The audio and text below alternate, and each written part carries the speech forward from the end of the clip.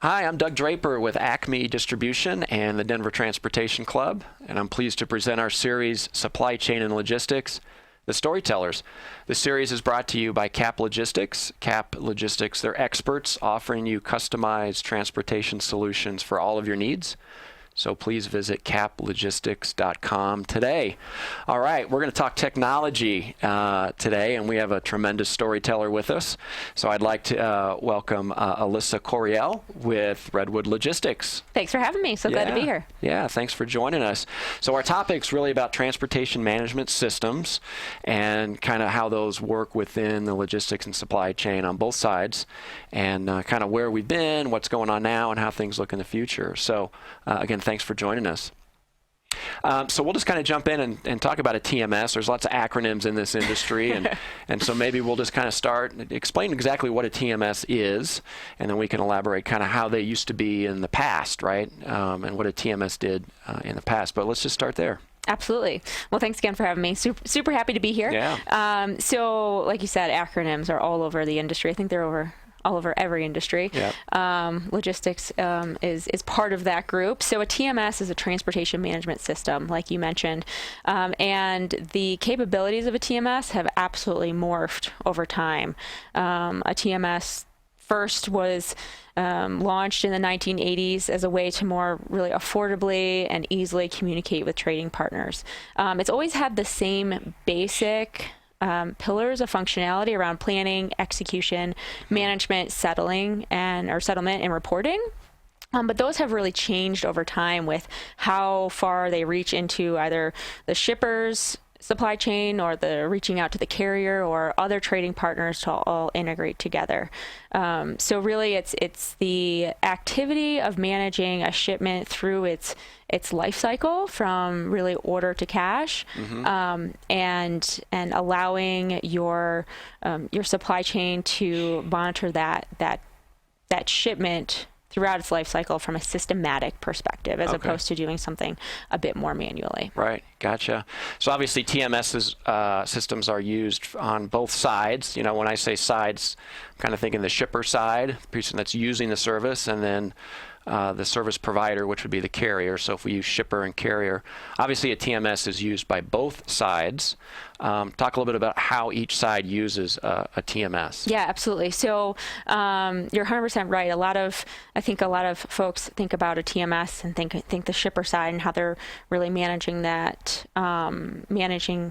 shipment, but there is also a whole host of TMSs that the carrier side utilizes as well. And typically they're using a different provider for their TMS. There's not a lot of TMS software providers that kind of cross that bridge from shipper to carrier. So you've probably heard a TMS called TMW that a lot of carriers use, and on the shipper side, OTM, Oracle Transportation Management, or Mercury Gate, or Blue Jay, one of those are kind of mainstream names. But there are a whole host of systems out there, and it just really depends on what your supply chain maturity level is and what your needs are.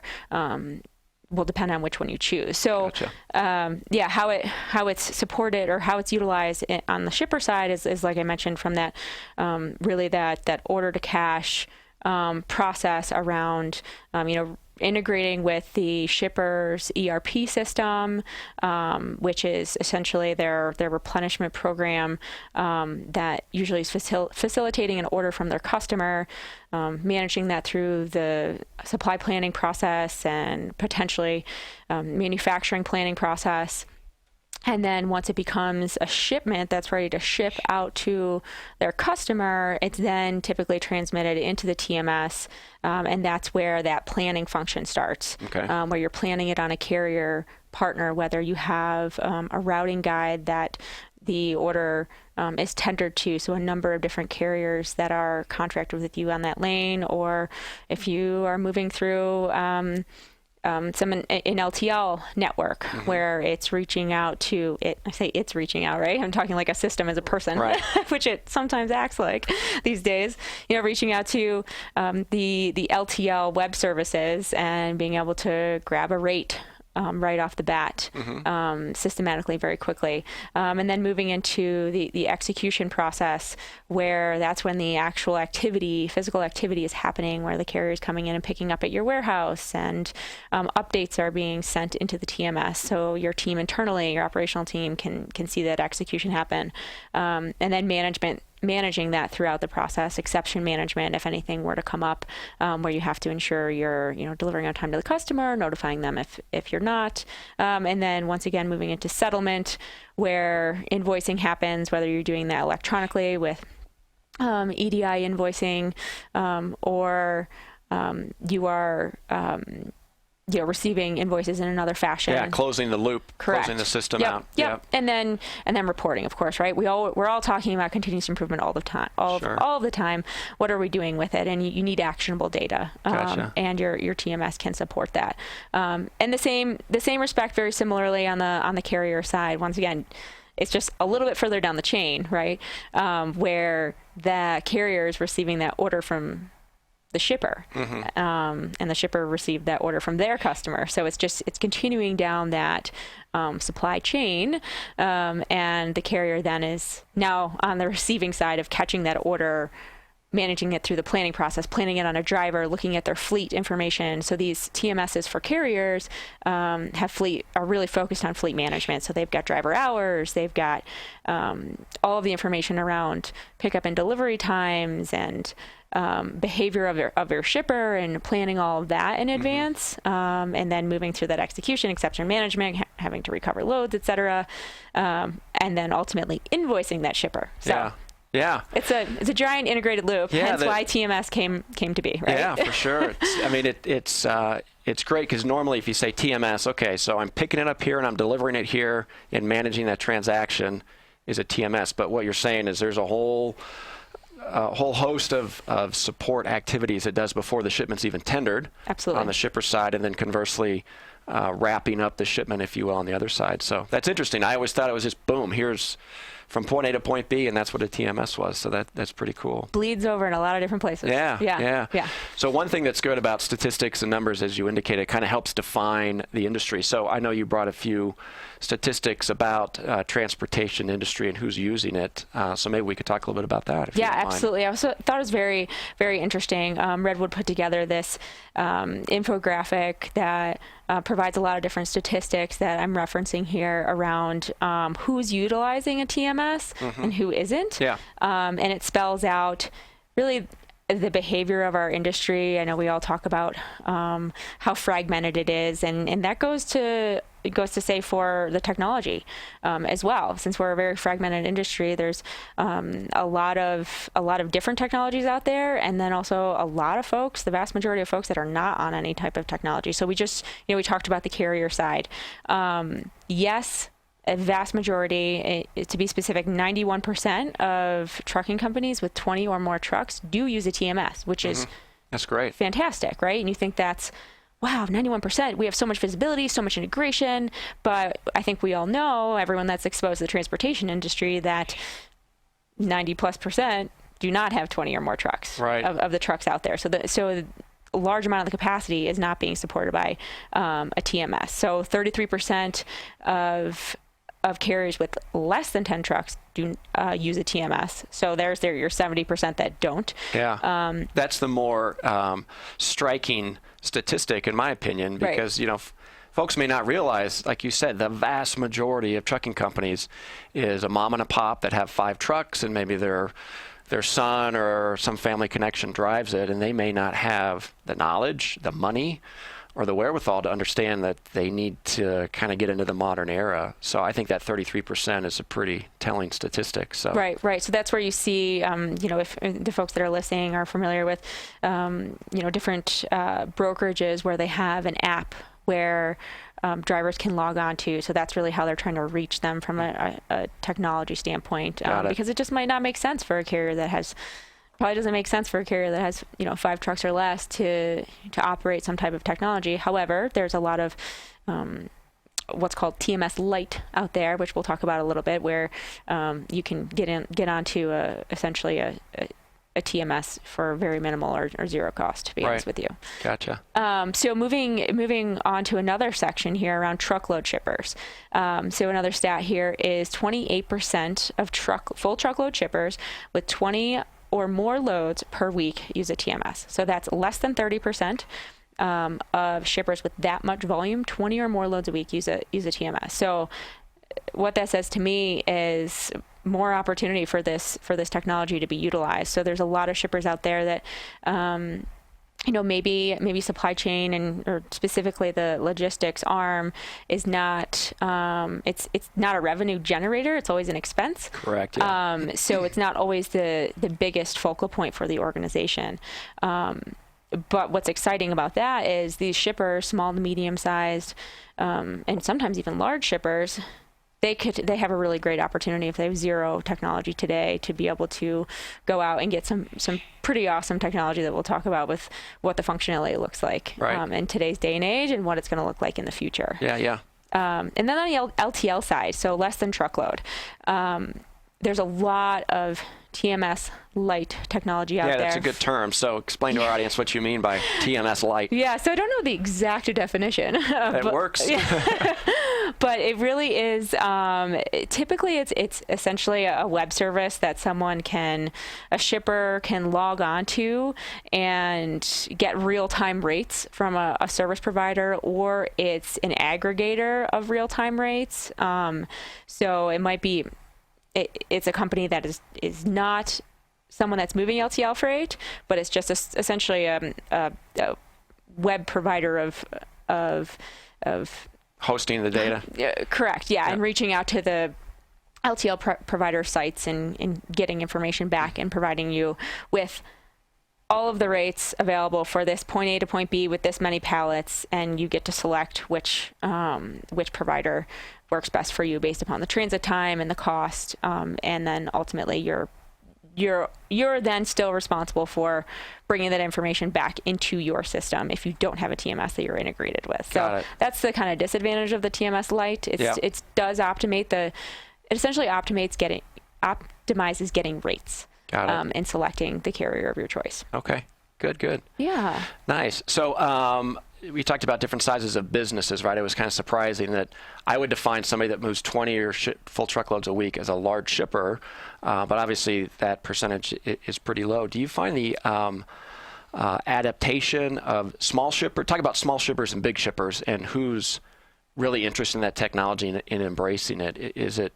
Do you see small shippers more than large shippers? Is it kind of all over the board, or who's the early adapters, I guess, is my question. Yeah, it really is all over the board, because it really depends on the culture of the organization.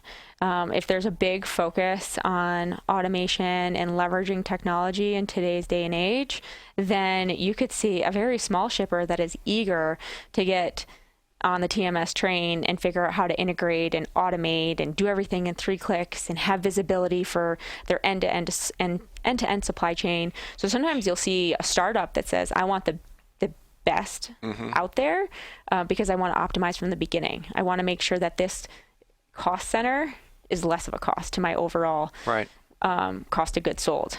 So it highly depends on really the culture of the shipper. There's also the ROI piece, right? So there's hard and soft costs that come with implementing, or hard and soft savings that come in with implementing a TMS, whether it's around, labor, which is more of a soft cost. Okay, how am I optimizing the time of my team? And then there's just the hard cost of transportation savings, getting from a speed to market standpoint, you're getting your tenders out to the marketplace faster, you're easier to work with for larger carriers, and just having the data to improve upon your routing guide on a continual basis. So it's not a straight answer. Who's really adopting this? It honestly is really around the culture, because I think everyone can relate that systems require a significant amount of change management, whether it's a transportation management system, a WMS, a new ERP, a new like HR system, and we're all, I have to figure out how to take my days off in this new system. It's change management. That's just the name of the game when it comes to systems. Yeah, that's perfect. That's a great answer because it makes complete sense. It's not big or small. It's who can manage the change. And the TMS Lite, I was just thinking while you were talking that there are definitely clients that I know of that says, here's some entry-level guy or gal that's just started the industry, and your job is to get 5 quotes on every single shipment that goes out the door. Yep.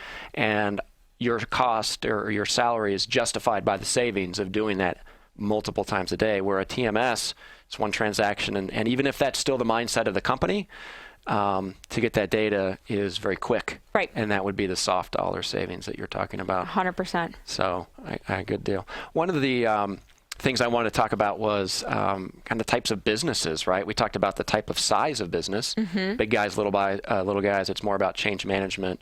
What about the types of businesses, right? You always think of pallet shipments, but then there's lots of transportation out there that's tank cars and aggregate, just kind of non-traditional type of businesses. How are those companies accepting and interfacing with TMS systems? Are they early adapters as well?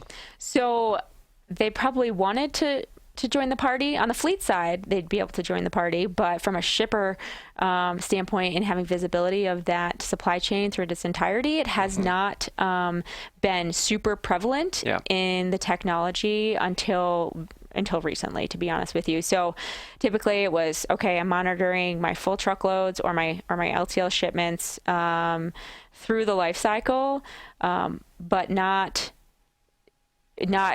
including those other modes of transport. So being able to have connectivity with the railroads for updates throughout the transit from an intermodal or boxcar standpoint. A big thing that continues to be an area of focus for the software developers is around global trade and global trade management. So including all of those legs when you're talking about an ocean shipment that if it originates in Denver, it might be running intermodal to the port of LA and then shipped via ocean to Asia, and then there could be a dray on the other side, and then you're deconsolidating at a deconsol point, and then distributing out to your customers there. So there can be a vast majority or a large number of legs that are involved in each shipment, and you might be breaking up those shipments. And now the TMS software is getting to the point where it can follow that entire chain, and you can have visibility to your shipment the entire way. And that's, you hear that a lot around food safety, right? They have to have complete traceability and understand where every single, from farm to fork, you want to know where it's been. And that includes when it's on the road or on the rail or on the ocean, the temperature. So temperature control is a big thing around TMS technology, and being able to always being able to monitor when those doors were open, what the temperature fluctuation was there an alert, things like that. So the other modes, to your point, are being much more are being encompassed much more in the technology out there, but global trade is still a focus, and being able to manage even down to communication on the customs front, and facilitating all that documentation to the right parties. So there's a lot of complexity, but also a ton of opportunity to streamline the supply chain. Yeah, and as technology becomes less expensive, the easier it is to adapt. Because I think most people don't really understand that if you're moving something from Asia into the U.S., literally there could be 7. I'm just throwing that number out there, but 5 or 7 different companies that have nothing to do with each other, that are just getting handed off, and they're doing a very small leg of that transportation.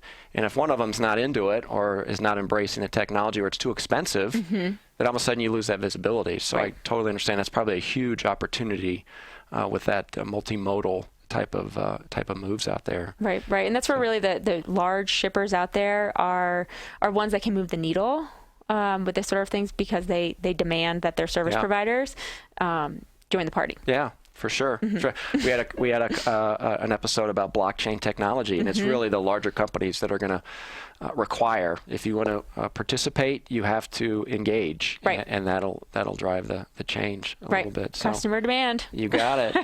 Talk a little bit about safety from the carrier's perspective, right? So I'm shipping something, giving it to a carrier, and I want to make sure that I want to know where my stuff is, but I also want to make sure I know about the carrier, that this person is legitimate, they're compliant, and all that kind of stuff. Talk about how the TMS systems work to provide that visibility. Absolutely. So you made a point during our last question there around, connecting with all of these different trading partners or carriers or service providers throughout the process. So that even extends to other services where it's not just the physical movement of the goods, but it's information.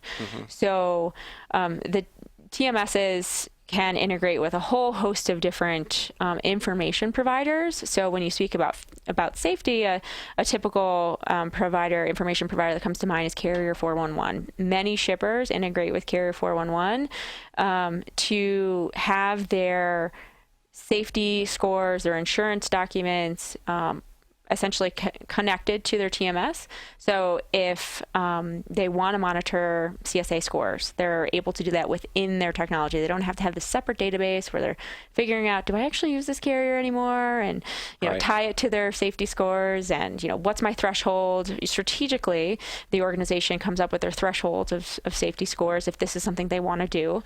And the TMS ultimately will then monitor that for them and give them alerts if they are integrated with a service like a Carrier 411.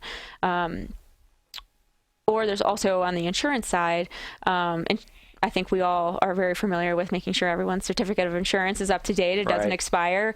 A standard functionality is the TMS will discontinue tendering loads to a carrier whose insurance expires if you are, once again, integrated with that information provider and set and configure your system to support that. Yeah, the information is going to necessitate the compliance, right? Right. So you're a big shipper and you have this mom and pop that you've worked with for years, and your company set up a TMS that says they're turned off if they don't provide this regular data, and they get turned off. And you're like, hey, you're 90% of my business. What's going on? I could really see that being a challenge where some of the smaller folks that are not willing to participate could really have their business impacted. Right. Yeah, you bring up a good point with adoption. We talked about on the shipper side, it really depends on the culture of the organization. On the carrier side, there's, like you said, carriers, mom and pop, that maybe have been hauling for a shipper for 30, 40 years. They are just happy moving along at their pace, and they've done a great job for you.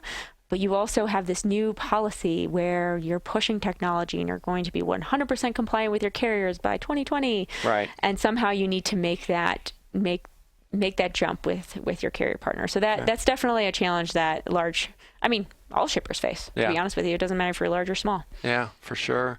So what are your thoughts about kind of in the future, right? We just got a couple of minutes left, and what do you see coming down the pipeline? We talked a little bit about what TMSs were in the 90s. What are you seeing out there with your expertise about what do we expect 2-3 years down the road and what TMS can bring to the table? Yeah, it's a great question and an exciting question. That's what's great about technology. That's why we're nerds, because you got a big smile on your face when I ask that. Look at all this cool stuff that's happening. There's a lot of cool stuff going on, and really it's encompassed around this end-to-end supply chain visibility everyone's talking about, and we kind of touched on it in the beginning when we first started talking about the reach of a TMS, and all supply chains are talking about how we've been calling this a supply chain forever, so we know they're all linked. So why are we bucketing them into transportation or warehouse or master production scheduling? Yes, they are. They do need to be supported by different technologies, but they need to be connected and integrated, so your supply chain has visibility to the entire process. So. If you think about how, the capacity crunch of last year and how transportation costs went through the roof, supply chains were really focused on, okay, so should we shift production so we're sourcing it out of a facility where there's more trucking capacity?